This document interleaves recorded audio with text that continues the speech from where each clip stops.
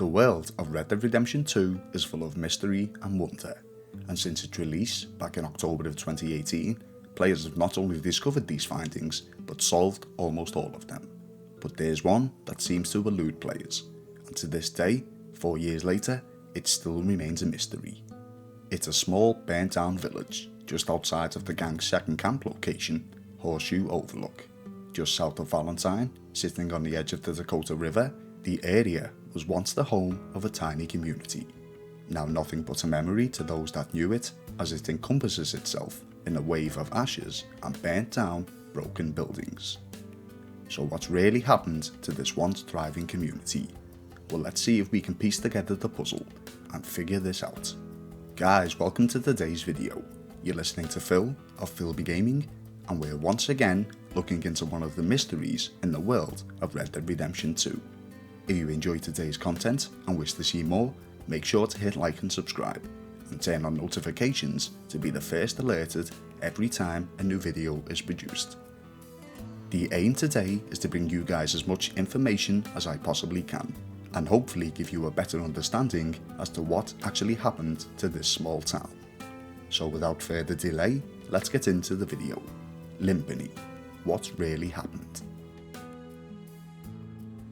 Aside from the burnt down buildings and ash strewn about the place, one of the first things the players will notice is just how small a community the town of Limpany was, especially in comparison to the neighbouring Valentine, just a stone's throw away, being significantly larger. In 1899, the world was evolving at a somewhat rapid pace, so it would seem that Limpany was built and destroyed many years before, as for a little while now, towns were built on a much larger scale. But if we go back and rewatch the third official trailer released by Rockstar, there's a very short clip of Arthur standing in Limpany as it burns to the ground. This not only shows us that there is potentially cut content from the game, but proves Limpany was originally still intended to be active in 1899. So why was this town still so small? Well, let's take a look at just what Limpany contained. As we stroll through the ashes of the town, we can see there are several buildings to take note of. Firstly, to the right is the general store. Opposite this, on the northeast side of town, is a very large saloon, and further along, towards the rear, is both a sheriff's office and a small jailhouse. Aside from these four main buildings, there were fortified others, but due to the fire damage, are now unrecognisable as to what they formerly once were. Retreating back to the town's entrance, I began to investigate each and every structure, to try and piece together the events that led to the demise of Limpany, beginning with the general store. Upon entering, you will notice the lack of furniture. Even if the stock was salvaged before the flames engulfed it, surely there would still be some old shelves or a countertop, for example. But no, nothing. I very much doubt that in the very few moments one would have to try and save their inventory during a fire, the owner of the store would have time or even care to take down the interior setup. While searching, an X mark indication on my map drew my attention to the back of the store. I headed around the rear and found a deceased gentleman. By the decaying of his body, it looked like he'd been there for some time. After scaring away the rats, I chose to loot the man, in hopes he had some clue as to what happened here. A note, some scribblings, something. But all I received was a container of moonshine and a loss of honour. But more closely inspecting this person, I did get some answers of how he met his end. A gaping hole in the centre of his forehead would indicate a bullet wound, executioner style, and the claw marks upon his chest would show a wild animal, presumably a bear, which would later feast upon the corpse. I found no more around the general store, so I headed across to the saloon. Once again, there was a lack of furniture, which still seemed very odd. The only contents of the lower floor were a few crates and a couple of barrels. Heading upstairs, the contents were even more scarce, but there was something towards the back, sat upon the window ledge: a bottle of valerian root, a pack of cigarettes, and a box of matches. Was this the cause of the fire? It seemed a little too small to cause such damage, but it was something to keep in mind as I continued to explore the town. Back outside, I still had two main buildings to investigate. But before I went ahead with that, I chose to quickly explore the remaining ones that had suffered the primary of the fire damage. I found nothing. If there were any clues as to what happened in Limpany within these structures, they were apparent to have disintegrated within the flames. So onto the sheriff's office and jailhouse I went. Firstly, investigating the sheriff's office, I noticed something stood out in comparison to the other buildings. This one actually contained furnishings, showing that it had been pretty active. There was something else here too, and it was of valuable interest. Beneath the sheriff's desk, there was a lockbox, and inside was not only a handy pamphlet giving us instructions on how to craft a special horse stimulant, but also a gold bar. Now, players who will have discovered any of these bars before will probably be aware of their value, which when sold to any fence will net you around a whopping $500, which by today's current market is worth just short of an estimated $18,000. But it begged a couple of questions. Why was such a valuable item left near enough in plain sight in a small box that Arthur was able to break open quickly with a knife? And where did it come from? Another look over the office and around the outside, I discovered no more, so now it was on to the jailhouse. Before I even entered the jailhouse, the first relevant thing I noticed was that the place was the only place in town not to be made of wood. This building would be made of stone. But when I did enter, I saw two small holding cells, both occupied, and their occupants both deceased. The male in the left cell was flattened across his bed, and the man in the right was resting upon the jail's bars. Both men, similar to the corpse behind the general store, looked like they'd been here for some time. Unlike the man outside, I couldn't search these two corpses, but there was one thing that stood out to me. The beds inside the cells were untouched. You would think that a fire like this, taking down an entire town, would surely disintegrate both the mattresses and pillows, but no, nothing was touched. This indicates that the two prisoners either died of asphyxiation due to the surrounding smoke or starvation after being left alone for some time. But there was something else of interest. One of the cell doors was open. Now, I don't think the prisoner picked the lock, otherwise they would have quickly made their escape. So it seems that after the events of Limpany, another party had broken into the cell. But why would anybody want to break into the jail? If you pre-ordered the Special Edition, Ultimate Edition or PC version of Red Dead Redemption 2, in this very cell lays a treasure map titled Le Trésor des Morts, so this would explain why somebody would want access.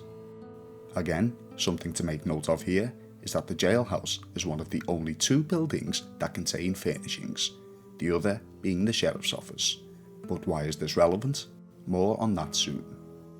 Heading back outside, satisfied that I'd discovered everything there was to find in the jailhouse, I began to look over the streets of Limpany itself, and it's here that I found something of particular interest. Surrounding the area were quite the number of barrels. I had noticed this earlier, but one detail that first eluded me was the fact that some of these barrels were of different colour to the others, making them more distinctive. Closely inspecting these blue barrels may give us a clue as to what happened here. Upon both the lids and sides of the barrels was the supplier's name. The supplier, one Leviticus Cornwall. Leviticus Cornwall, quick spoiler alert, is the primary antagonist of Red Dead Redemption 2. A greedy oil tycoon who is shown to have a lack of compassion to people and only focuses on profit. He's not above using his resources to inflict pain upon others in order to extend his control over various businesses. But it begs the question, why would so many of his barrels, no doubt containing either kerosene or tar, both extremely flammable substances, be scattered around the town of Limpany? More on that later too. Feeling I had exhausted all my options in town, I knew I needed to think outside the box a little. There was something I remembered just before I discovered the town, and it was just outside the gang's camp at Horseshoe Overlook. A portion of a nearby forest had been burnt to a crisp, and with it being in close proximity to Limpany, I thought it was worth investigating. In Arthur's journal, he notes this area simply as brushfire. Exploring a little, I discovered a small camp. This camp was located just on the edge of the fire damage, and contained a few items of interest, primarily a lockbox. Aside from a bottle of miracle tonic and a container of ground coffee, there was a pamphlet, and this pamphlet gave the reader instructions on how to create a volatile fire bottle, going on to explain that when combined with an accelerant, it will result in a longer burning, more intense fire when lit and thrown. Why would anybody need to create such an item, unless they had bad intentions? It would seem apparent that this was a probable cause to the fire damage of the wooded area, but could this relate to Limpany? There was one more place of interest to investigate, and even though it was a bit of a distance away, I believed it somehow ties to the scorched town, and more importantly, Leviticus, Cornwall. To the east of Horseshoe Overlook, there is an abandoned site, known locally as the Oil Derrick. The surrounds of the structure shows just one camping tent and a few supplies, indicating that the area was operated by just one person, and unfortunately, it would appear that said person had met their demise. Investigating the body, we find a letter of significance, which may piece together the puzzle we're trying to solve. It reads as follows: Dear Mr. Varley, it is very regrettable that you have rejected the various extremely generous purchase offers presented to you by Cornwall, Kerosene and Tar.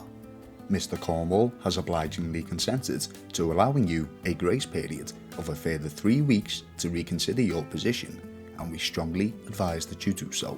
After that, I would be very concerned about a company of your size being able to continue to compete on a price in the state of New Hanover and secure acceptable rates for railroad transportation. We look forward to hearing from you soon, and as always, wish you the best of good fortune in all of your endeavours. Yours faithfully, Cameron Spence, Vice President, Cornwall, Kerosene and Tar. It seems that Mr. Varley, the oil derrick's proprietor, was refusing to sell the land to Leviticus, Cornwall, and the letter is most definitely a threat of some sorts. Now, if we investigate Mr. Varley's corpse, you will notice it bears a striking similarity to the body found behind the general store back in Limpany. A bullet wound right through the forehead. Once again, executioner style. Was this just a coincidence, or possibly just a replicated model used by Rockstar Games to save time? It seems very suspicious. I think I've gathered all of the information I possibly can about this, so let's move on to my theory as to what actually happened in the town of Limpany. Firstly, something I wanted to come back to is the only 2 furnished buildings in the town, the Sheriff's Office and the Jailhouse. I believe that Limpany was formed as these 2 structures alone, but over time, due to its location, with its supply from the Dakota River, providing both water and fishing, it seems prosperous to turn this from more than just a place for captured criminals to be held into a small town, so construction on Limpany began. This could very well explain why the other buildings contain no furnishings whatsoever, and as it progressed, it drew the attention of Leviticus Cornwall, who we of course know as a man hell-bent on taking control of every blade of grass he possibly can. I don't think the cigarettes and matches found upstairs in the saloon are at all relevant, as they were clearly untouched by the fire itself, and were probably placed there at a later date by somebody just exploring the area. As for the barrels of kerosene and tar go, this may have been implemented as a bribe for the founder of the town to sell the land to Cornwall. I have 2 theories as to what happened to the town of Limpany. The first theory goes as follows. The town of Limpany refused to sell to Cornwall, and with his tyrant reputation, he decided that if he can't have it, nobody can. I think he may have hired bandits to torch the place as an act of revenge for the town not selling. We not only see his sadistic ways through the story of the game itself, but it's made apparent by the fate of Mr. Varley up at the oil derricks, after receiving a threatening letter from the Vice President of Cornwall, Kerosene and Tar, after he too refused to sell. Cornwall may have set fire to the burnt forest nearby in order to draw the attention to bandits as opposed to himself. My second theory is this. As stated before, Leviticus Cornwall bribed the town with a large supply of kerosene barrels to use for whatever purpose, but before the deal was completed, bandits saw an opportunity to raid the place, using the blue barrels to their advantage, but unfortunately they underestimated the damage it would cause. Using the volatile fire bottles, I think they intended to set a small fire as a distraction, but the situation got out of hand very quickly, forcing them to flee instead of being able to loot the place. What do you believe happened to the town of Limpany? Do you agree with either of these theories, or do you think something else was afoot? Let me know below in the comment section. Guys, thank you all for watching. If you wish to get in touch, you can find me over on Instagram, that's @PhilBGaming. If you enjoyed today's video, you know what to do. Do you wish to see more videos like this? Let me know. You've been listening to Phil, and I'll see you all in the next one.